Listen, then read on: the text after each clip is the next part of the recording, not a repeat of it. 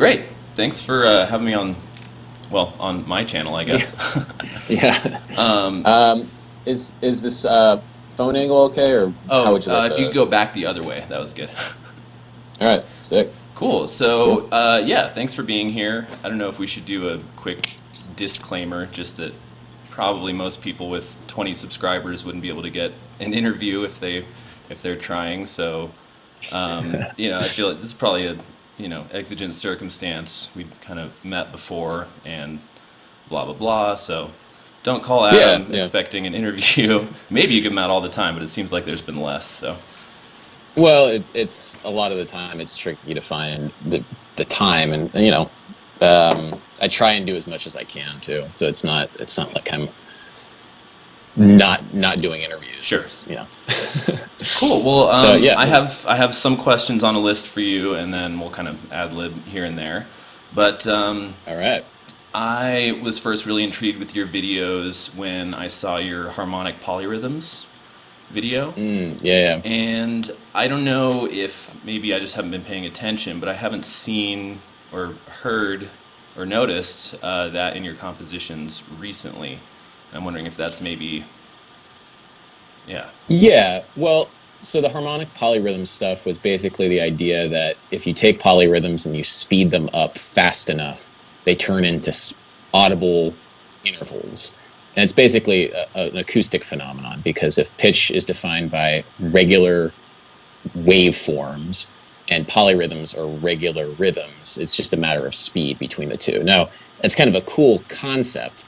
And I first heard about that concept from a guy at Berkeley named Loudon Stearns, who has a demonstration actually on YouTube of speeding up a 3/2 polyrhythm and turning it into a perfect fifth. And I got the idea from him. Um, but it's hard to turn that into some kind of practical composition. I've tried that before in the past, like tried doing polyrhythms among different instruments and then like after the fact speeding it up, but it's just tricky to make music out of it. It's just kind of a cool acoustic phenomenon that you can then be inspired by and just something to chew on. But for compositions, it's something else entirely, I think. have, So I've kind of left that as a fun fact, and I've tried to explore some other things more recently. Yeah. sure. Any perhaps nods to the harmonic polyrhythms things in terms of trying to line up a certain groove so that it is in the same polyrhythm that would equal the chord it's playing over? No, I've tried that before in the past. It's a fun thing, but I haven't done that Sure. recently. No, it's a fun like um, formalist exercise, I'll call it, because it's something that at least tickles a certain side of your brain, but at the same time, whether or not there's a certain musical affect which goes with that, I'm not sure if that's the case. And honestly, when I'm composing, I'm chasing musical affect. I'm chasing a different side of phenomenon than what would be, somebody matching polyrhythms in some sort of cerebral way. Sure. But yeah, yeah. So I guess all of these things kind of tie into the some of the questions I have here. All tie into how many Easter eggs are we missing in your music or in your composition? So, for example, I asked you about harmonic polyrhythms, but have we been sleeping on like the third sound being hidden in things, or maybe like a drum hit that's a fractal of Rite of Spring and nobody knew? Very little. Although there might be some things, I will just say that it depends on what project I'm working on. In Sungazer, there's a lot of little things here and there. Um, Nothing quite that formalist. I keep saying formalist, but the production of a lot of Sungazer's tracks is quite dense and stuff that I'll go back. For example, actually, this is a fun one. This is actually a Dr. Dre one. Uh, there's a tune called Drunk that my band Sungazer plays, and there's like an 808 that is tied to the kick drum. And the way that I produced the 808 was I layered not just regular 808 kick drums on top of one another, but I layered pitches of the kick drum on top of one another. So if you have an 808, the fundamental is D, which is very, very low. It has a lot of sub content, but it's, And is it D so negative one? on the MIDI D roll, or is it? Yeah, I think so. I forget Okay. exactly which one it is. It's whatever the one is that's like 30 something hertz. So Okay. it's a pain for most sound systems to recreate. It's there, but it's still like not exactly present. So what you can do is you can subtly double the fundamental up an octave, but the Dr. Dre thing is to double kick drums, the fundamental frequency of a kick drum, up a fifth, and that makes it a lot easier to actually understand what the fundamental is and feel the fundamental. So that was something that I heard from some producer somewhere. It's like, oh, yeah, just replicate the fifth. And then I also, on top of it, in the production and also in the sample of the 808, I have the harmonic seventh above it. So you hear the kick drums D, but then you also hear an A above it. Like But then you the also true hear, harmonic seventh? yep. Whoa. So Okay. C, but detuned 31 cents. And the whole idea behind this is that you're adding adding harmonics above an 808. And those harmonics are tuned according to the harmonic series. And the true harmonic seventh is not actually within 12 tone equal temperament. It's a little bit off of 12 tone equal temperament. And the idea here, and I'm not sure if it's actually the case, but this is just kind of a fun little Easter egg that I've tried, and I think it works, is that if you take kick drums and you add additional kick drums based on the harmonic series, you'll be able to hear it on more sound systems and actually be able to feel it more true to a fundamental that you won't actually hear because the sound system won't be able to replicate it properly. So that's one fun thing. So that's something that That's the fun thing. you took Yeah. that into account almost entirely for translating that live better. Because if people are listening on good systems, then it doesn't really matter. Yeah, that's been actually a problem live. Getting like in certain, actually most of the smaller venues that we've been playing, it's been harder to deal with those low fundamentals. So the more that we bring out the harmonics, the easier it is for people to actually hear what's going on sometimes. That's just one of the, like, that's a music nerdy thing that you can do that has very real world practical value, I think. That's really cool. Yeah. So I want to make this interesting for everyone watching, but I'm also really curious from the standpoint of someone that's been trying to get into YouTube, and I think that was everybody that's doing YouTube at some point was trying to get into it. But Mm-hmm. I'm really curious about your data storage and workflow. So do you Woo! shoot things around in a cloud? Do you have a ton of hard drives, SD cards, or how have you managed that? Let me show you some of my hard All drives. right. That's a 1 terabyte SSD. That's a 2 terabyte SSD. Here's another 1 terabyte SSD. We got a couple of 4 terabyte I have a couple of regular those. hard drives. We got, hold up, and then there's this 14 terabyte situation I have going on. It's a total mess. Okay. Yeah, I mean, yeah. Every YouTuber I know has a just overflow of storage. I'm not going to go down the route of like getting some kind of server or anything like that for a long time because honestly, I'll delete a lot of footage that I just don't need. And yeah, that's a total pain. There are a lot of hard drives all the time, And so when and you're I do spend yeah. sorry, when you're editing something, you think maybe I need a clip from this other gig or this other video, then you would have to go in, just physically swap your hard drives. Or do you have like a master multi-port that Yeah. you can run a bunch of stuff? I mean, I have like a USB ports, yeah, that I can run a bunch of stuff. But honestly, I keep each hard drive fairly organized with like the events that I've recorded, and then I can go back and access them later. Most of the time, I don't do that though. I just now have a master like backup hard drive. It's the 14 terabyte one. In case anybody is wanting to know, sorry, my phone is Yeah. slippery right now. Last little Yeah. follow up with that. Do you, or have you found a workaround to syncing audio when you do external recording, or do you try to keep everything on board with whatever camera you're using? Well, it depends on the gig. It depends on the thing. If I'm shooting in studio, I'm using Final Cut, and Final Cut has this really nifty feature called multicam clips. and you can automatically synchronize audio among different video clips, which is absolutely useful. It just takes the waveform and tries to match the waveform automatically between multiple clips. Alternatively from that, the whole clapping at the beginning of a clip, that's a very useful tool.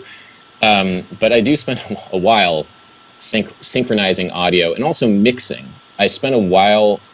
I have this whole system now in Final Cut where I mix in Final Cut. I have certain plugins that I use in Final Cut versus exporting everything to like Ableton Live or Logic, where I would mix between different cameras.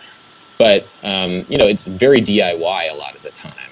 I'll be taking the raw camera audios from certain cameras, like GoPros, for example, are actually really, really useful when you're trying to get a mix for a live event, because GoPros can be set to stereo audio, and that stereo audio gives a wide stereo field, which gives it a much better feeling than just like a mono camera angle. So there's all kinds of little tricks that you end up using. Rhett Schul is a YouTuber, guitar YouTuber, who basically can. I have an interview coming up with him, actually. Yeah.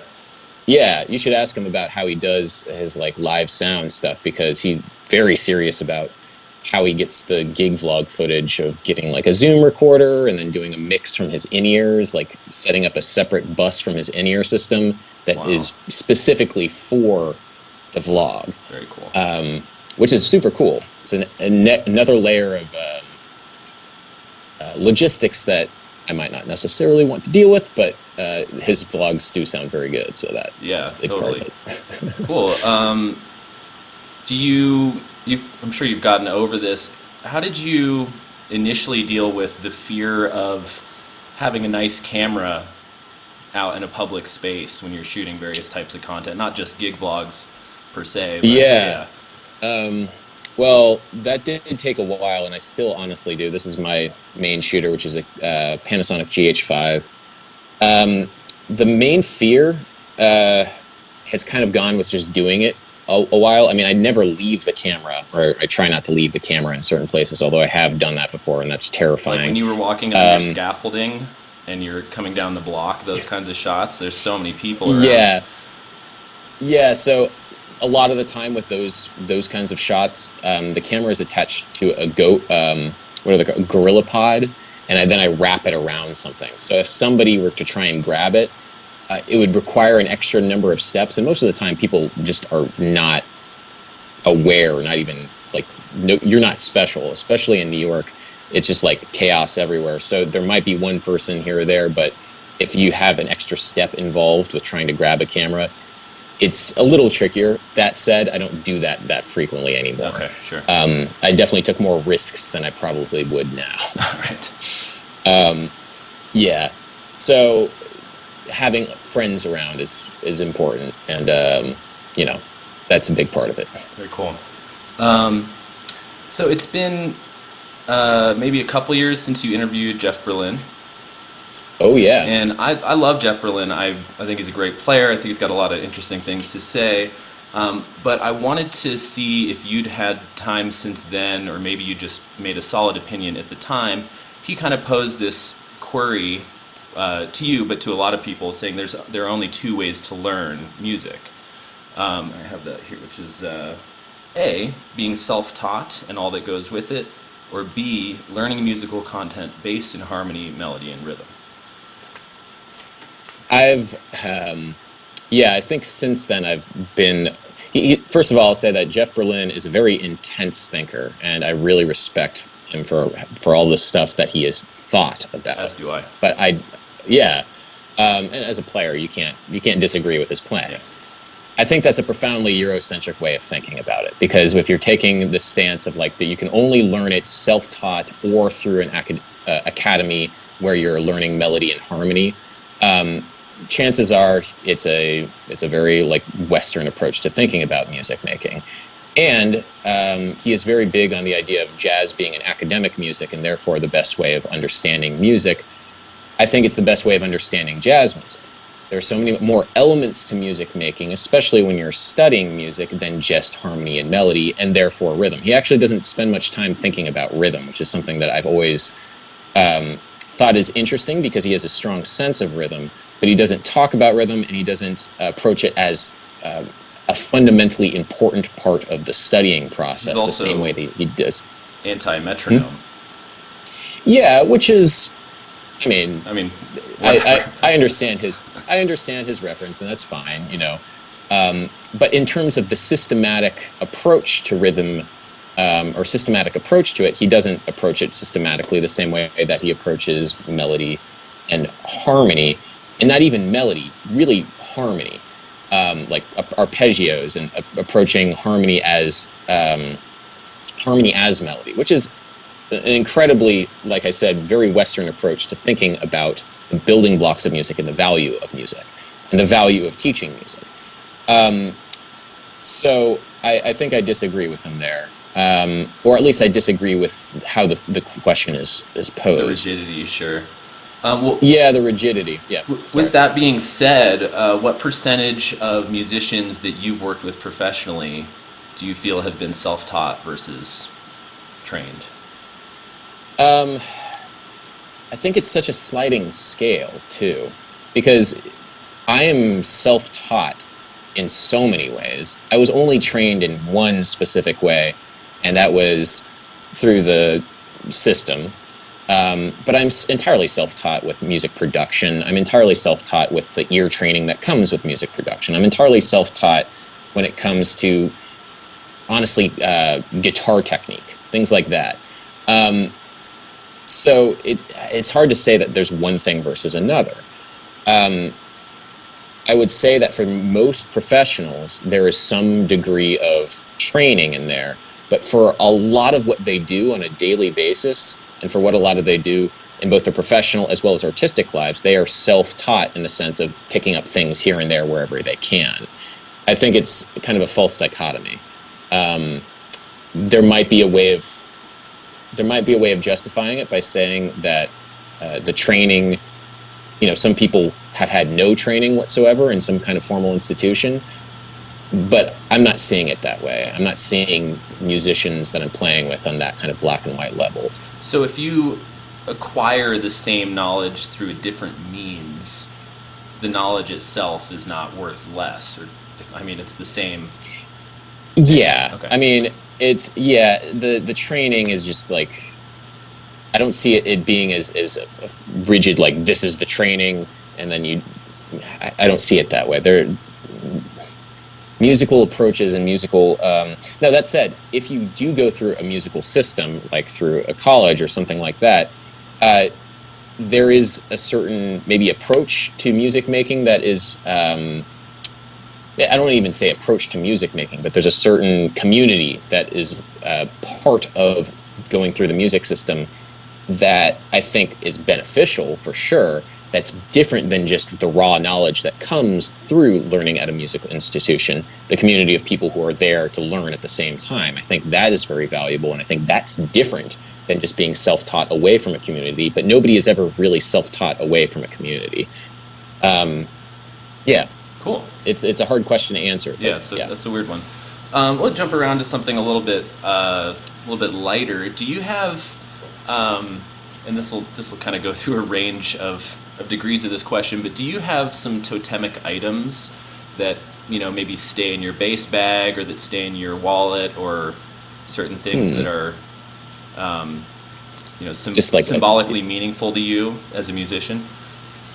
um, have a bobblehead that was commissioned for me.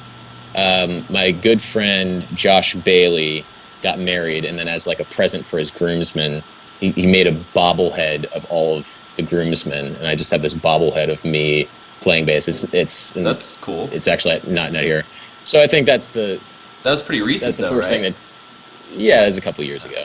Uh, that's probably like the closest thing that I have to So that. I have, Other than that, I yeah. wanted to show you. So in my wallet, I always have these two things. One of them is your business card. I Eh. don't know if you can see that. Yeah, that's funny. Forgot about that. And I, I need to order more of those. and then the other one is, where is it? This Taylor Swift guitar picks from the Red Oh, album. cool. Yeah, so those are my you and Taylor Swift. Those are my two little Oh totems. man, I am very, very grateful that I am in such good Yeah, you company, guys such esteemed cohabitate in my company. wallet. Um, Yeah, beyond that, I don't think I. Let's see. Do I have anything in this wallet? I got a zip card for a zip car. I don't know. This is like what's in Adam's I wallet? was just gonna say, what's in your wallet, Adam? Oh, okay. I have the business card for the general manager of a Nathan's hot dog uh, in Kyrgyzstan. It's the only Nathan's That is in rad. Central Asia. So That's that's pretty my solid. homage to Kyrgyzstan. So along that same train of thought, there, do you have superstitions or OCD rituals that you participate in day to day, or maybe in larger pressure situations? I won't call them superstitions or illogical. I mean, there's some certain things that people do. Um, yeah, this is actually something. I'm not sure if this is like a superstitious thing, but there's this drummer by the name of Ian Barnett, and we're playing a gig with recently, and he was saying he plays with the pop singer Betty Who, and we were talking about like pre-show things to do because before you perform, there's a lot of energy and adrenaline and anxiety that always happens, Yeah. and everybody deals with it different ways. I've tried alcohol, which I don't really do anymore because it just makes you feel fuzzy. I've tried drinking. Or sorry, drinking water. I've tried like meditating, and then he was like, "Nah, man, I know what you're going through. I got the best thing for you. You should pace." Like what? Yeah, I just pace back and forth in the dressing room, and it's great. And so in the dressing room, we're just pacing back and forth, like kind of muttering to ourselves, and it was perfect. It was amazing. So recently, I've been pacing back and forth, like the things that you might think a crazy person might do. For me, center myself right before I go on stage. Um, Is that Pacing works it, for me. so? Pacing is that in combination with you've talked about breathing as well? Yeah, yeah, and I've done things. This is just purely for me. I don't necessarily recommend it for anybody else, but um, power stances. I've seen a TED talk where you're supposed to like do open your body like this and do all sorts of things to imagine yourself big as a primate might do in the wild to just make them feel more aggressive and more alpha, for lack of a better word. I've done that before. That works quite well. I've also do a lot of imagination or pre-imagining myself on stage. So what Mm-hmm. I do is I just think of myself in front of people and performing and imagining what that's going to be like. That helps a lot, honestly. None of these things I would say are superstitious, though. I think other people might have things they consider superstitious, but maybe I don't consider these things that. I They're didn't mean to just put a stuff negative that, connotation to yeah. superstition, but yeah, for lack of a better Well, word. yeah, yeah. They're things I do to get me in the right spot. If that makes any sense. Yeah, cool. Well, the power stance thing kind of leads me into something which does have a little bit more of a negative connotation, which Mm, is pseudoscience. mm, So, what what's wrong with pseudoscience?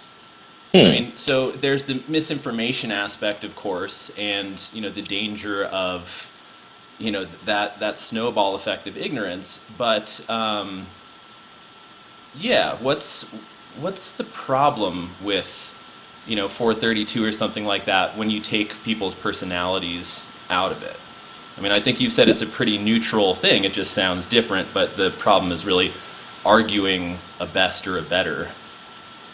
Yeah, I feel like with something like 432, the belief that we should be tuning our instruments to a different tuning standard.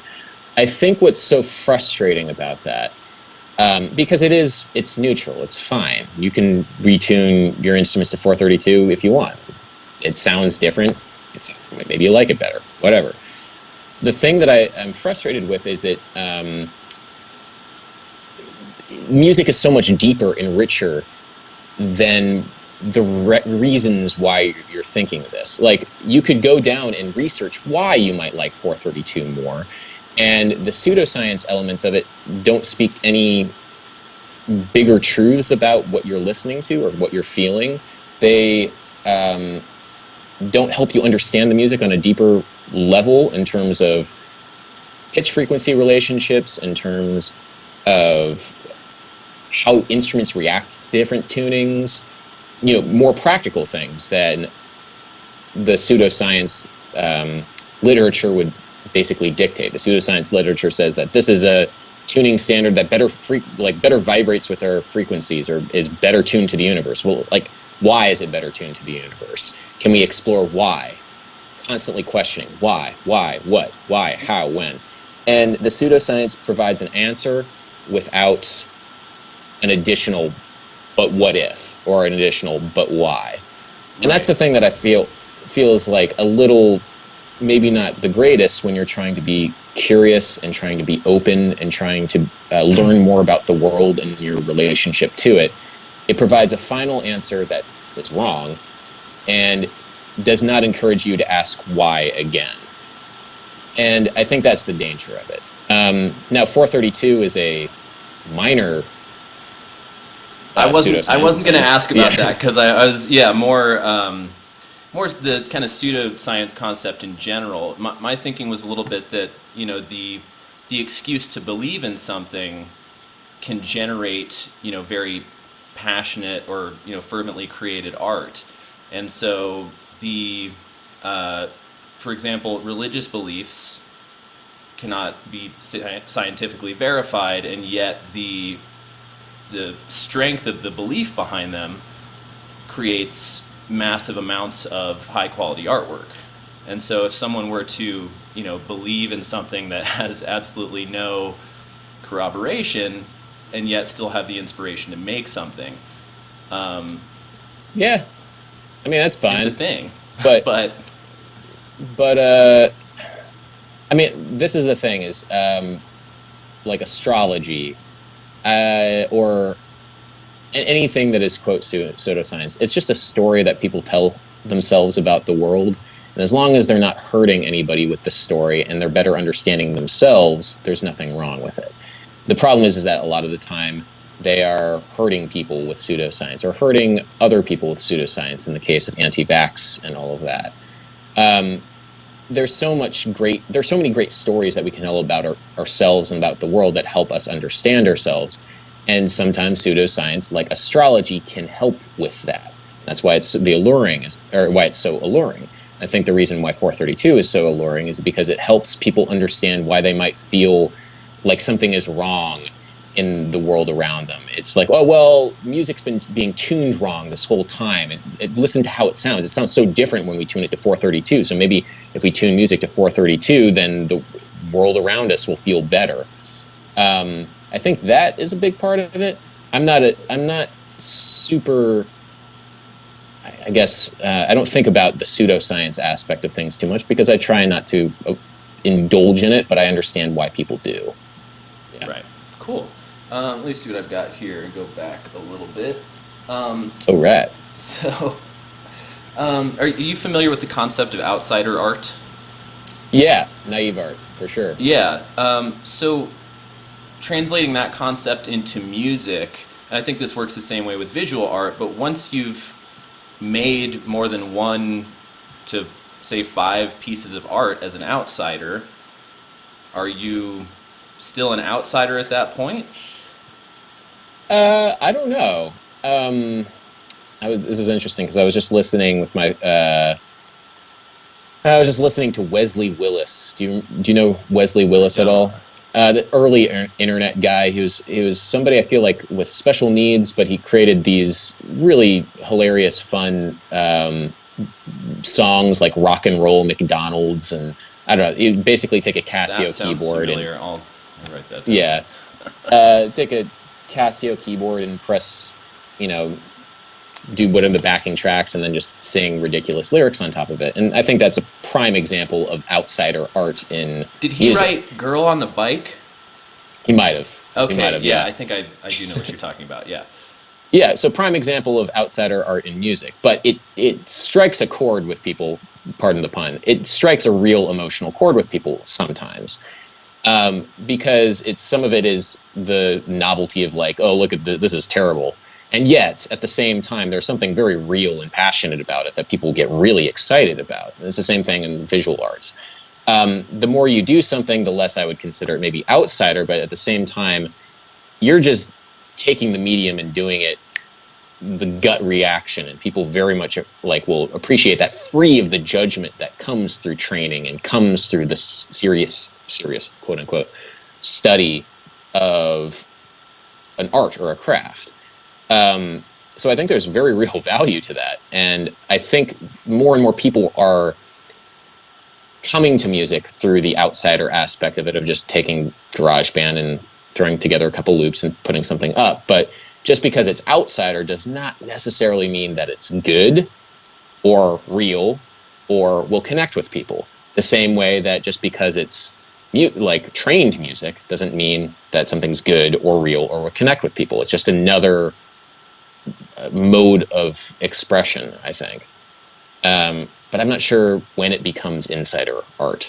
I don't know if there's a good value or like a metric for that. Yeah, Yeah, totally. quantity. Yeah. So are we as a society over negative harmony yet? Oh, I sure as hell hope so. um, yeah, negative harmony, the meme. I actually was talking to a PhD candidate in Liverpool who did his like master's thesis on negative harmony, but not on the concept of negative harmony. He did it on the social phenomenon of negative harmony on social media, which is fascinating That is because fascinating. it really was for a brief period of time, and maybe still is, uh, a music theory, a true music theory meme. There was no I mean, maybe there were compositions and compositional value to it, but it really spread through the internet as this musical concept that was uniquely internet. It did not have its basis in non-internet sources. It was purely something that Jacob Collier said, and then everybody went nuts with. And like all good memes, it died very quickly. So it was truly the Harlem Shake of the music theory world. I think so. Maybe the shelf life was a little bit longer, but yeah, I think we're over it. I think we reached its maximum potential. Well, I had this idea about negative harmony, which is a more literal sense, where there's been a few people that have put a pickup on the nut of a stringed instrument, where you get Mm. the, I guess you might call it the inverted harmony or the negative ratio of harmony. Negative ratio for equal temperament, which is not super as useful as other things, but yeah, it's Right. kind of a neat So idea. yeah, I'm working on an EP of one string duets, if Oh, that's that's kind of a neat possible. idea. So Yeah, all right, that's cool. we'll see what happens. But I almost thought that's maybe a better definition of, I mean, negative ratio, but still negative harmony. That's yeah, but that's kind of a fun. That's like an immediate practical different thing. The problem I always had Yeah. with negative harmony was like, oh, that's cool. So what? Um, and which it's cool. So what? But it there's a lot of stuff that's been spilt on it, and it ended up just being 12 Tone has a great video on this. It ended up just being a way of understanding. I forget exactly what it is, but the roots of chords.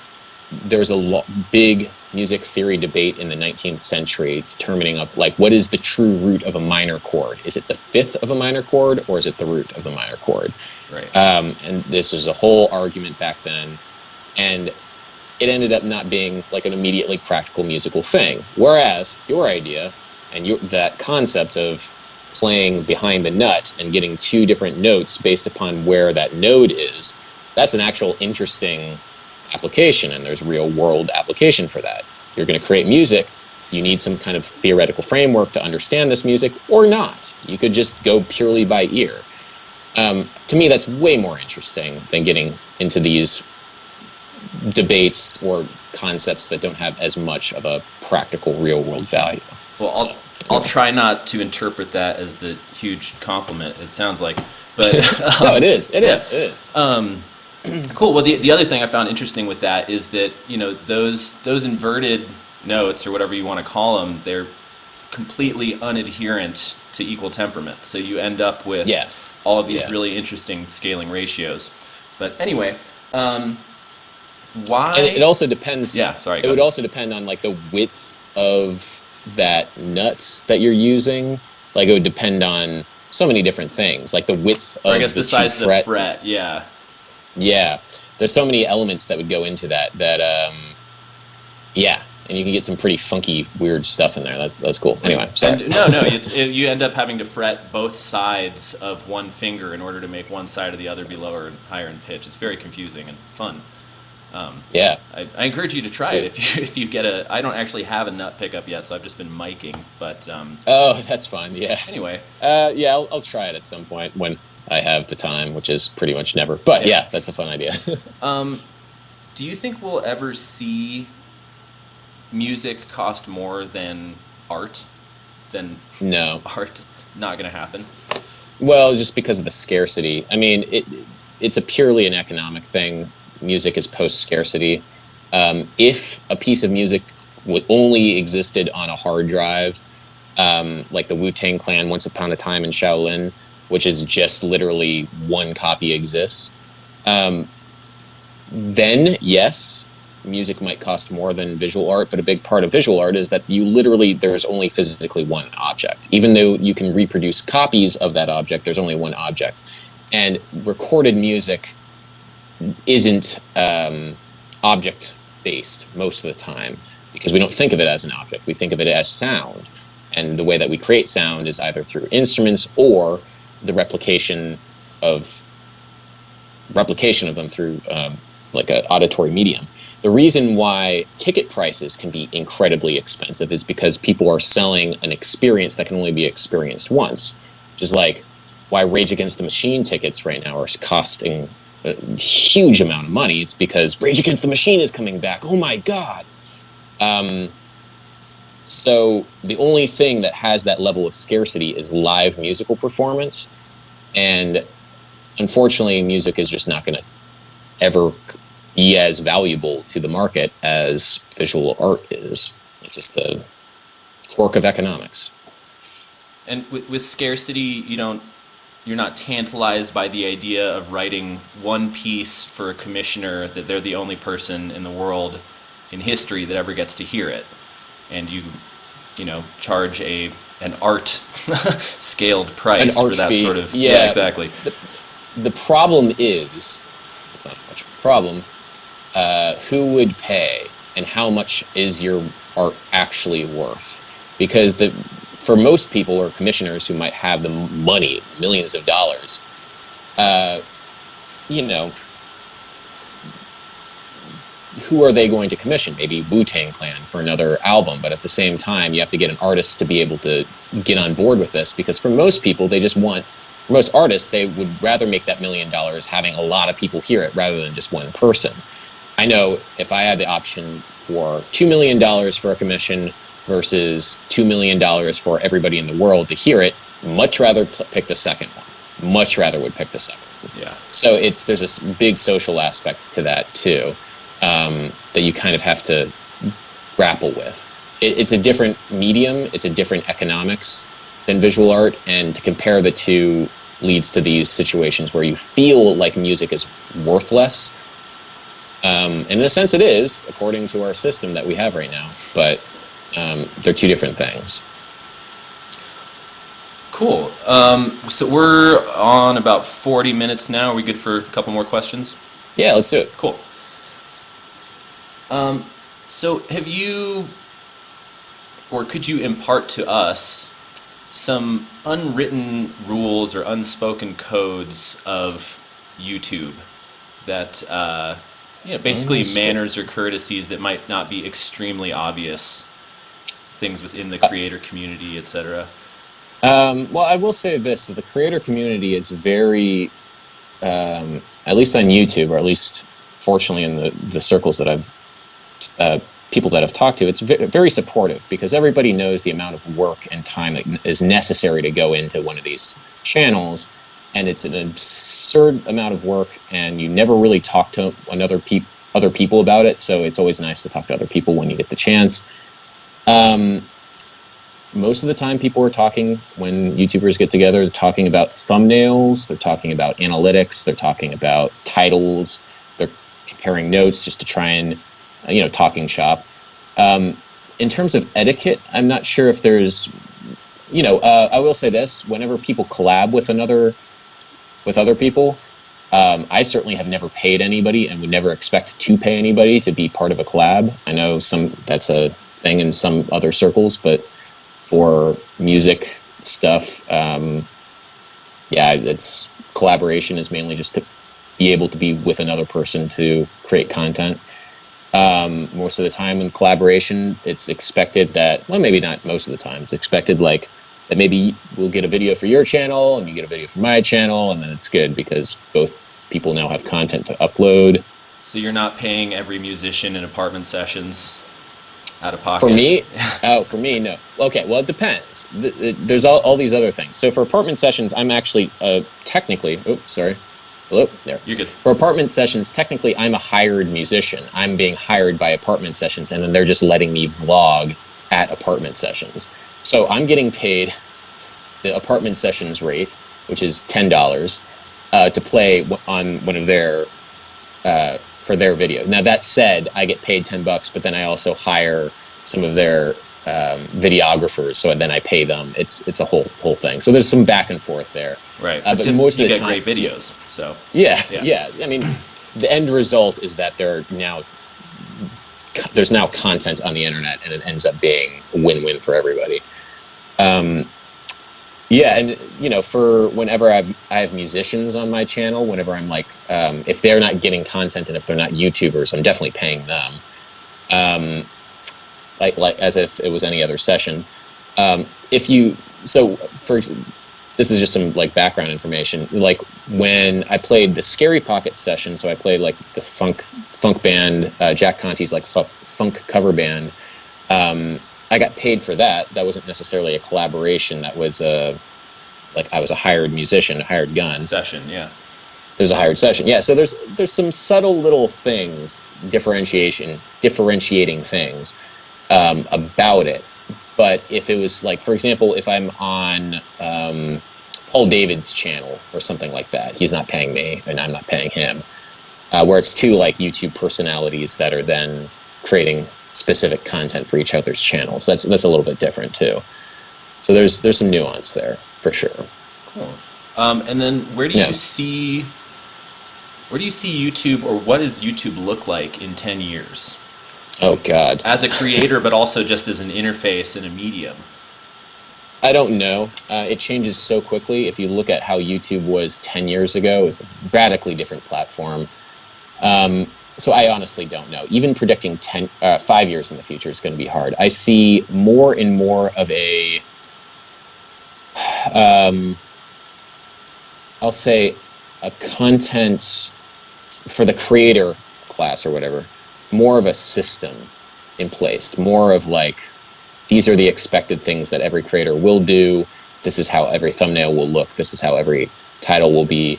I see more and more. I don't know. I honestly don't know. It's a little scary because I've built my career this way.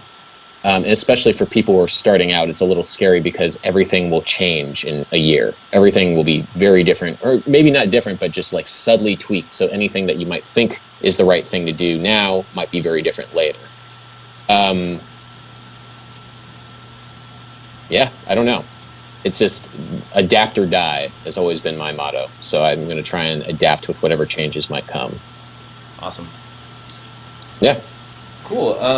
Do you have any musical conspiracy theories, like about, like the Council of Trent or common tonality or 432 or anything like that? Little things that you might keep to yourself because they're, unprovable and ridiculous, but maybe in your own head canon you have certain theories like that. Maybe not.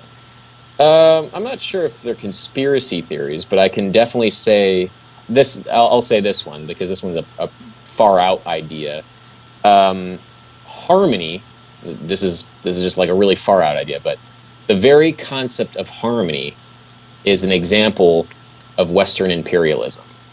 And the reason for that is because in the Western canon, Western music has been a constant 1,000 year, since basically Gregorian chant, development of harmonic ideas, the ideas of intervals, the ideas of consonance and dissonance, tonality, especially.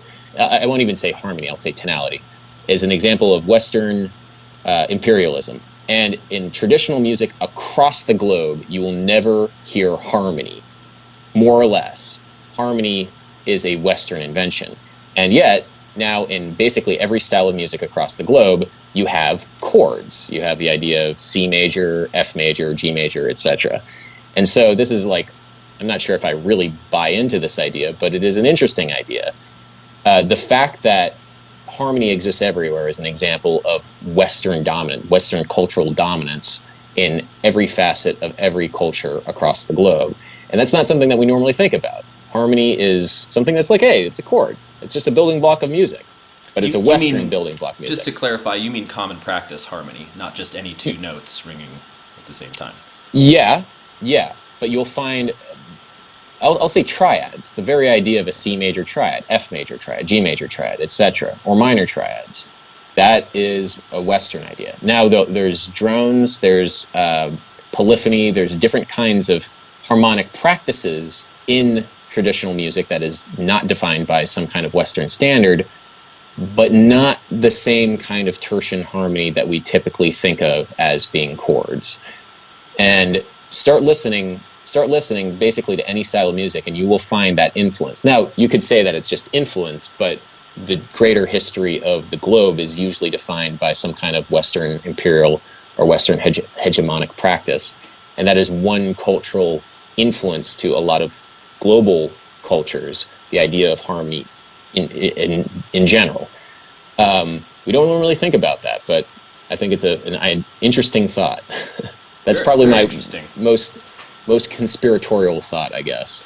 I think that's some of your most thought-provoking work is kind of examining the closer to home sort of cultural mess of music and how racial identity and how cultural identity all get very kind of mixed up in people defending things that they like Yeah, for various reasons.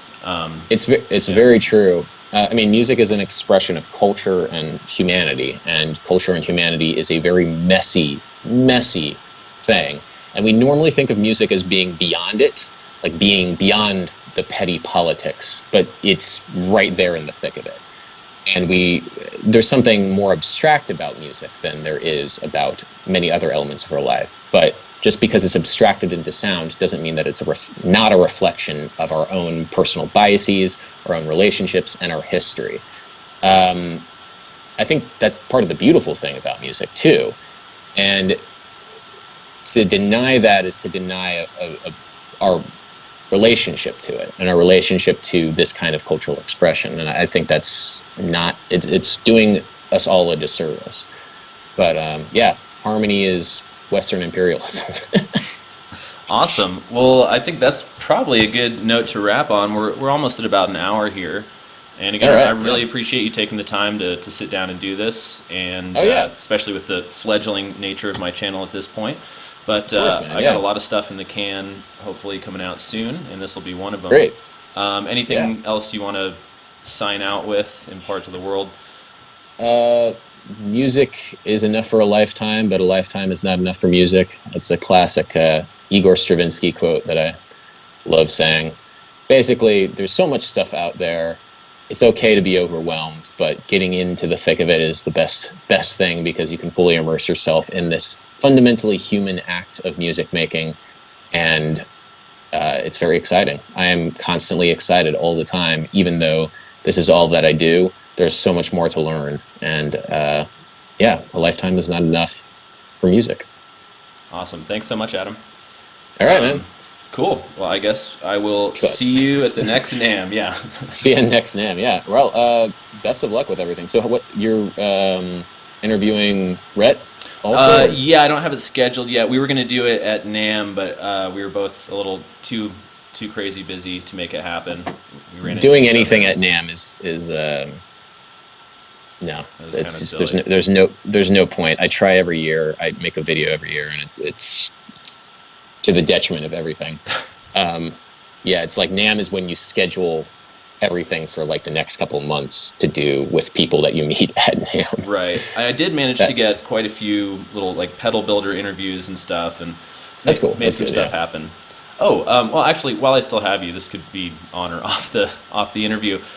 yeah. So my new channel name is Nature of Music, and I Mm-hmm. kind of felt like it was maybe out of context sounds sort of pretentious is more a nod to that there's going to be like plants and nature involved in my channel, but at first glance I was kind of like I don't want to I don't want to sound like I'm trying to rip off Beato or something, or you or anyone that has music in No, their no, name, but that's good. I mean, the one SEO thing, I just typed in nature of music. Most of the 10 hours of yeah, relaxing nature, exactly. yeah. That's just one thing to keep in mind because that'll make it much more difficult for people to find you. I mean, it's fine. Yeah, that's a good title. But that's just one thing to keep in mind when you're thinking about these things because yeah, it just will make it a little bit trickier. I mean, I think just as a concept, that's good, especially if you have plants and stuff in there. That's fun. But Cool, all yeah, right. yeah. Yeah, awesome. Well, once again, thank you so much. I will talk to you soon, and I'll shoot you a message when I'm posting this and whatnot. All right, well, take it easy, man. Cool. Later. Bye.